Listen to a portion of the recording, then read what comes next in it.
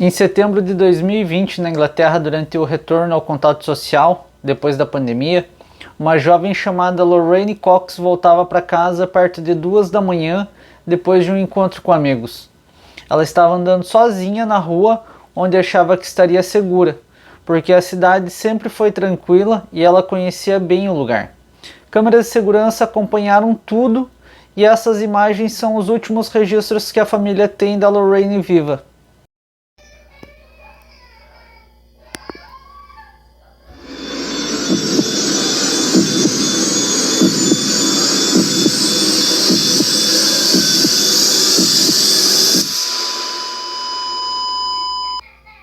Eu sou o Christopher Matos, mas antes da gente seguir no caso, eu não vou ficar enchendo linguiça e pedindo para vocês se inscreverem, ativar o sininho, deixar o seu like e comentar, porque eu não quero ser chato e pedir isso tudo. Até porque vocês querem saber do caso, né? Então, senta e escuta esse caso. E hoje eu vou contar para vocês o terrível caso de Lorraine Cox que aconteceu no Reino Unido. Nas fontes pesquisadas não tem registro sobre a mãe dela, existindo informações sobre o pai, Tony, e o irmão Mark. Os amigos e familiares descreveram ela como uma pessoa muito divertida, alegre, palhaça, aquele tipo de pessoa que faz qualquer lugar ficar divertido, uma pessoa agradável de se ter por perto. A vida da Lorraine não foi fácil e ela já tinha passado por uma situação muito traumática em 2018. Quando a Lorraine tinha 30 anos, ela foi abusada por um homem chamado Robert Prod, de 35. No mês de maio, esse cara estava numa festinha onde a Lorraine também estava, na casa de amigos que eles tinham em comum. Alguns dormiram no local e pela manhã, quando uma amiga da Lorraine levantou para ir no banheiro, ela passou por onde a Lorraine estava dormindo e viu o Robert tocando ela. Essa menina gritou e acordou a Lorraine, que ficou desesperada, e o homem saiu correndo. Como ele era conhecido do dono da casa, foi fácil de localizar ele e denunciar. Foi descoberto diversas coisas terríveis sobre ele.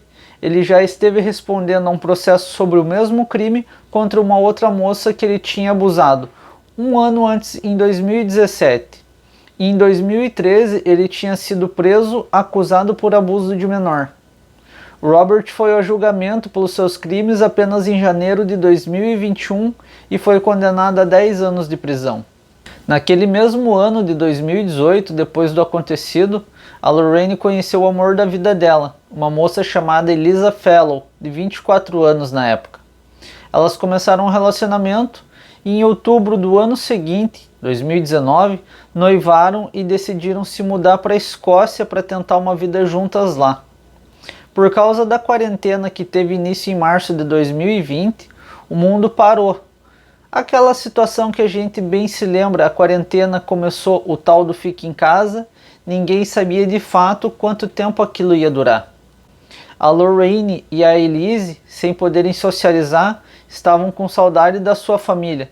Então, na primeira brecha que elas tiveram para poder viajar, elas decidiram voltar para a cidade natal. Esse retorno aconteceu em agosto de 2020 e a Lorraine ficou na casa do pai e a Elise na casa dos pais dela. No dia 31 de agosto, os bares e restaurantes já estavam reabrindo ao público, mas por uma pequena quantidade limitada de pessoas. E nesse dia, a Lorraine saiu para encontrar seus amigos em um pub, só que a Elise não foi. Um pouco depois das 2 da manhã, a Lorraine disse que ia embora e ela estava um pouco alcoolizada. Alguns amigos se ofereceram para ir junto com ela para cuidar. Só que ela disse que não precisava, que estava tudo bem e que poderia voltar sozinha. Na Europa é muito comum que as pessoas voltem para casa andando. Elas têm um sentimento de segurança muito maior que a gente brasileiro.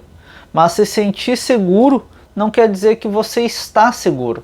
Imagina, nas ruas desertas por causa das restrições do Covid, a Lorraine achava que estava segura indo a pé para casa, só que na verdade ela não estava. Naquela manhã do dia 1º de setembro, o pai dela viu que ela não estava em casa e pensou que ela acabou dormindo na casa dos amigos e mandou mensagem para confirmar. Só que nada dela responder. Já os amigos mandaram mensagens para ver se ela tinha chegado bem, só que também nada dela responder. A Elise também mandava mensagens, mas nada. Como a tecnologia de hoje praticamente ninguém faz ligação, as únicas pessoas que ligaram de fato, e quando faziam isso sempre caía na caixa postal, era o pai e a sua noiva. Essa situação durou todo o dia primeiro. Já no segundo dia de setembro, a conta do Facebook dela apresentou uma atualização de residência que falava que ela tinha se mudado para uma cidade a cerca de 1h30 de distância dali. Várias pessoas mandaram mensagem para ela, de novo perguntando se ela estava bem, se ela tinha chegado, só que a Lorraine não respondeu. No decorrer daquele mesmo dia, ela mandou uma mensagem para o pai avisando que ela estava se mudando, só que a forma que a mensagem foi escrita era diferente de como ela costumava digitar. Ele achou muito estranho e entrou em contato com a Elise, que em uma mistura de sentimentos que estava divididos entre algo aconteceu com ela e ela me abandonou, mas ela não parava de mandar mensagem que nunca eram respondidas. Na verdade, a única resposta enviada foi um emoji de dedo do meio. Ninguém entendeu aquilo. Todos acharam aquilo muito estranho, porque voltar para Esther para ficar perto da família e se mudar 2 semanas depois sem avisar nada para ninguém, ignorar mensagens, telefone desligado, responder de maneira rude para sua noiva, nada daquilo fazia sentido. E o fato principal é que a Lorraine era diabética do tipo 1 e precisava tomar injeção de insulina diariamente. Por isso ela carregava sempre com ela um kit e mantinha um estoque extra em casa. Só que por que ela se mudou deixando o estoque para trás? Não fazia sentido mesmo. Ainda no dia 2 de setembro, seu pai foi na polícia e a Lorraine, aos 32 anos, foi reportada como desaparecida. No dia 3, familiares e amigos estavam colocando em vários pontos da cidade de Esther, como também na cidade vizinha, vários cartazes. Os amigos que estavam com ela no pub naquela noite foram interrogados e todos disseram a mesma coisa, que a Lorraine saiu sozinha. Então o que eles precisavam fazer? Era rastrear o caminho que ela fez até em casa. E para isso, a polícia checou diversas câmeras de segurança. Na primeira gravação, a Lorraine está na frente de uma loja e nesse exato momento um rapaz que estava numa outra esquina, a vários metros de distância, a partir daí ele passou a fazer exatamente o mesmo caminho que ela, só que mantendo distância. Durante todo o percurso, o rapaz anda com o capuz da jaqueta cobrindo a cabeça. Numa outra imagem, é possível ver com mais clareza que a Lorraine está com uma jaqueta de frio e em momento nenhum ela olha para trás. Essa é uma das poucas câmeras que consegue registrar tanto o rosto dela como o rosto do suspeito com mais clareza. Na próxima rua é possível ver ela andando na calçada à direita e dá para ver melhor que ela está carregando uma mochila pelas 2 alças. Essa informação é importante. E também dá para ver 2 outras pessoas um pouco mais distante, ao fundo, do lado esquerdo na rua, caminhando em direção oposta, e enquanto isso o rapaz encapuzado continua seguindo a Lorraine. E a partir daqui que tudo começa a ficar muito mais estranho. Esse suspeito chega mais próximo da Lorraine, parece que ele fala alguma coisa para ela porque ela começa a se afastar andando de costas, mas de frente para ele, como se estivesse tentando escapar ou tentando se defender de alguma coisa. Negando alguma informação, tipo eu não sei, não tenho, não posso. Não dá para ouvir o que eles falam, mas dá para ver que a Lorraine vai se distanciando, ela se afasta, só que para no meio da rua. O rapaz vai de novo em sua direção e ainda nas imagens dessa mesma câmera dá para ver que eles atravessam a rua e a partir desse momento que chega na outra calçada, eles passam a caminhar juntos. Nisso as coisas começam a ficar estranhas, que mostram que está acontecendo alguma coisa. Agora a Lorraine já está com parte da sua jaqueta baixada, deixando os ombros à mostra. O rapaz já está com o capuz da sua jaqueta baixado e anda ao lado esquerdo dela, segurando ela como se estivesse empurrando discretamente. Ela também já tinha tirado do ombro uma das alças da mochila. O caminho que eles fizeram até esse momento não tinha câmeras. Então não dá para saber o motivo dela estar assim agora. É assustador ver que não tem ninguém ao redor dela e que está completamente vazio a rua. Se o bandido tivesse uma faca ali atrás dela, ela não ia conseguir fazer nenhum sinal, não ia conseguir demonstrar para ninguém o perigo que ela estava. Ao passarem por uma passagem pequena e estreita entre as lojas, que já não era mais uma rua, alguma coisa ali diferente, estranha aconteceu. Os dois pararam, parece que o suspeito faz um contato físico mais íntimo na Lorraine, dá para ver que ela abre um pouco as pernas, é uma imagem meio estranha de se ver, não dá para entender ao certo. A polícia acha que o suspeito está com uma faca numa das mãos enquanto toca ela com a outra. Eles ficam ali por alguns segundos e vão embora. Essa é a parte que mais causa tristeza por ser a última imagem que a família tem da Lorraine com vida. Agora que a polícia tinha as imagens, eles tinham um suspeito, mas não faziam ideia de quem ele era, nem onde a Lorraine estava. Na terça-feira, dia 8, uma notícia muito triste chegou para a família Cox. Partes da Lorraine foram encontradas em 6 sacos de lixo no corredor aos fundos de uma lanchonete de kebab. Eram 2 braços e 2 pernas. Ao analisarem as câmeras de segurança daquela área do lixo, um rapaz que se parecia muito com o suspeito das primeiras imagens foi visto entrando por uma das portas daquele corredor. Quando a polícia perguntou ao proprietário da lanchonete se ele conhecia o rapaz, ele disse que sim e que seu nome era Christopher Meyer, que morava no apartamento em cima da lanchonete. O rapaz foi preso em casa naquele mesmo dia, no 8 de setembro. E de cara a polícia já se deparou com uma mentira. Apesar dele se apresentar a todos como Christopher Meyer, o nome verdadeiro dele era Azam Mangri, um iraquiano que vivia ilegalmente no Reino Unido. Como que tem gente ruim nesse mundo, né? O cara sai lá da casa do chapéu, que a vida não é fácil, para desgraçar a vida de uma pessoa que estava bem, apesar dos problemas que tinha enfrentado. Nem no dia que foi preso, nem pelos dias seguintes, Azam chegou a dizer alguma coisa que ajudasse nas investigações. Ele só falava que ele era gay e que a prisão dele era um engano, e que queria um advogado. Só que ele nem imaginava todas as provas que a polícia já tinha, muito menos a que eles ainda iam encontrar. Dias depois do desaparecimento, ele foi visto na loja de materiais comprando produtos de limpeza e sacos de lixo. Olhando mais câmeras de segurança ao redor de onde ele morava, o Azam foi visto na tarde do dia 6 saindo com uma mochila de esportes grande. Ele pegou um táxi em direção a uma área de mata em Tink, um rio a quase 10 km de distância, onde a polícia acabou averiguando e encontrando embaixo de uma pilha de troncos o que faltava da Lorraine, no caso, a cabeça e o torso dela. Revistando o apartamento do Azam, foram encontrados alguns pertences da vítima, como a mochila, roupas, celular, a carteira de motorista no lixo da cozinha e o cartão de crédito no lixo do quarto, mas ambos os cartões estavam quebrados em várias partes para dificultar a identificação. Nas imagens que ele aparece no corredor do lixo, dá para ver ele deixando alguma coisa no chão. E quando a polícia foi lá olhar o que era, eles encontraram o chip da Lorraine dentro do ralo do corredor. Eles descobriram também que o Azam era na verdade bissexual, porque através desse celular eles encontraram diversas conversas íntimas com pessoas de ambos os sexos, onde ele se apresentava como acompanhante. No mês de agosto, ele manteve contato com 22 pessoas, mas encontro de fato ele teve só com uma.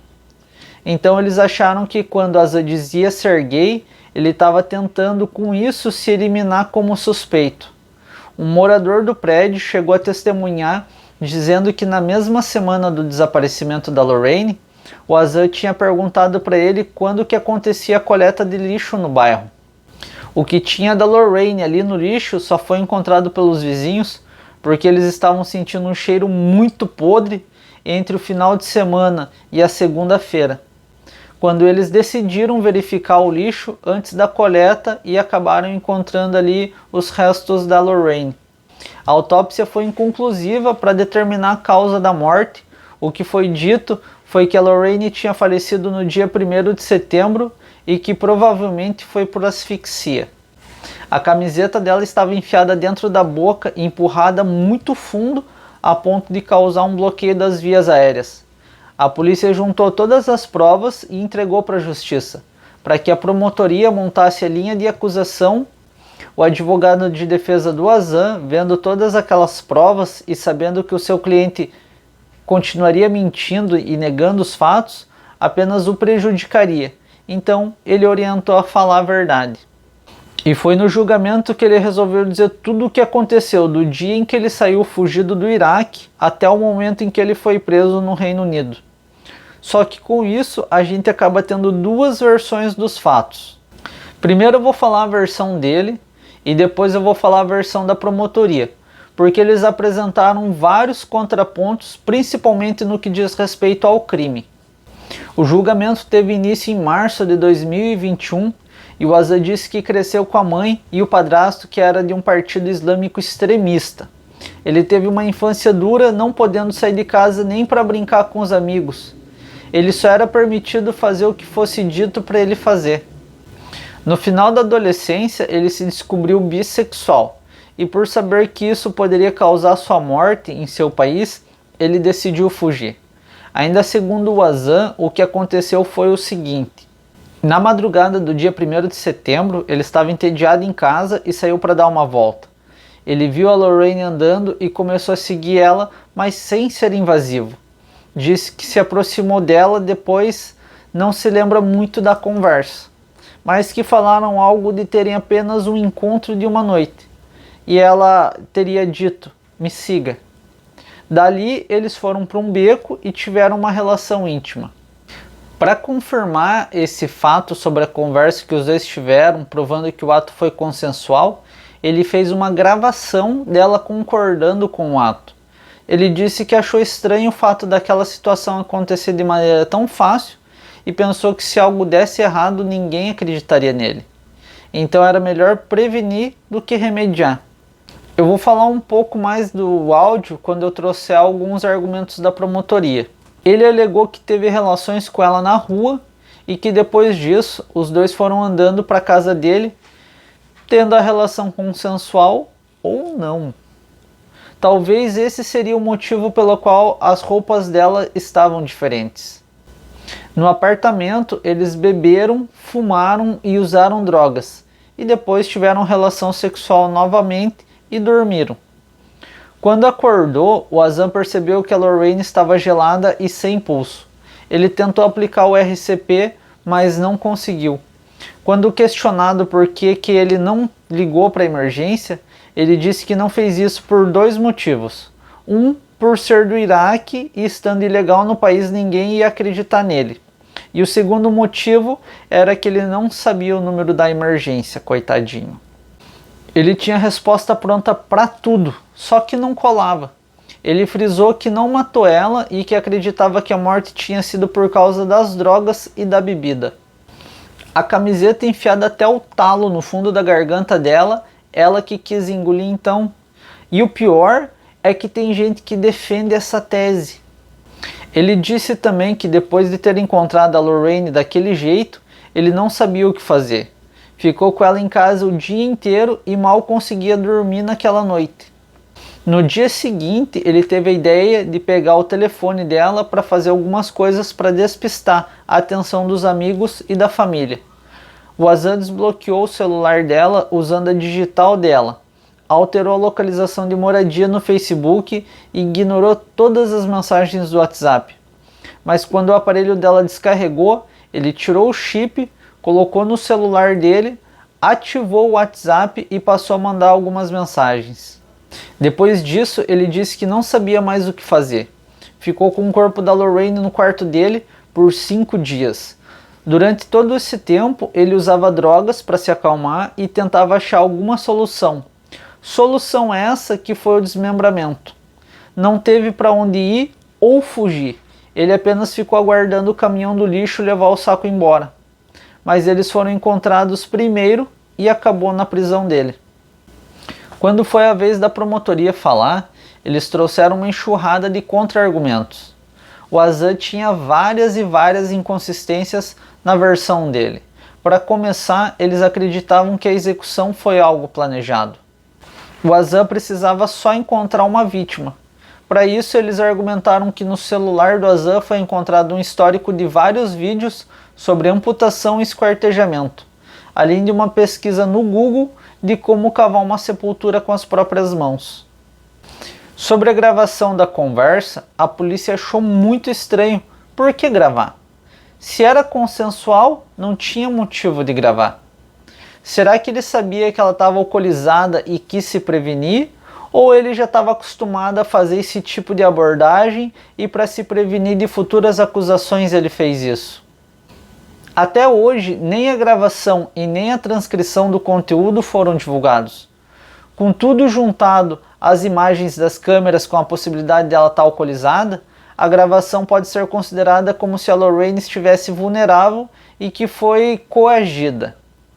Nos 5 dias que o corpo da Lorraine ficou na casa do Azan, ele vendeu um teclado online e o comprador foi na casa dele. Essa pessoa não chegou aí no quarto, mas ele afirmou no julgamento que o Azan estava calmo, gentil e que não tinha nada de estranho com ele, contradizendo a preocupação diária que ele alegou ter durante toda aquela semana. Além do mais, no sábado, horas antes do desmembramento, o Azan postou na sua rede social um vídeo onde ele estava fumando. A autópsia da Lorraine não encontrou nenhuma droga no organismo dela, e em relação ao álcool, o que foi encontrado pode ser vestígios do que ela tinha bebido durante a noite no pub. O médico também explicou que não era possível que ela tivesse morrido por nenhuma decorrência de problema de saúde, como a diabetes, já que ela estava com seus níveis de insulina controlados. Acrescentou que não foi uma morte súbita e que a causa mais provável teria sido mesmo asfixia. Foi encontrado o DNA do Azan dentro da Lorraine, mas inconclusivo se aquelas eram amostras do dia do falecimento ou de depois. A promotoria deixou no ar a dúvida se realmente durante os 5 dias o Azan não teria feito nada, enquanto o corpo da Lorraine estava no domínio dele ainda. Depois de 5 dias de julgamento, demorou só 5 horas para que os jurados chegassem ao veredito. Azan Mangry foi considerado culpado do assassinato em primeiro grau e a pena aplicada foi a prisão perpétua com direito à liberdade condicional depois de 20 anos do cumprimento, ou seja, quando ele tivesse 44 anos. Quando a Lorraine foi encontrada, a família abriu uma vaquinha online para pedir ajuda com os custos do funeral e no mesmo dia todo o valor foi arrecadado. Apesar da cerimônia ter sido bonita e comovente, uma quantidade muito pequena de amigos e familiares puderam ser presentes, devido às restrições da quarentena. O kebab, que ficava embaixo do apartamento do Azan, fechou e o dono tentou fazer uma mudança na estrutura do nome do local. Só que quando ele reabriu em 2021, não adiantou nada. Praticamente ninguém queria ir lá porque a memória do que aconteceu ali em cima era difícil de ser apagada. Algumas pessoas ainda chegaram a jogar coisas e gritar o nome da Lorraine. Um caso triste que mostra pra gente que existe uns lixos de pessoas que saem do buraco que o Judas cavou para atormentar e destruir a vida das pessoas. O caso de hoje foi esse, espero que vocês tenham gostado e vejo vocês no próximo caso.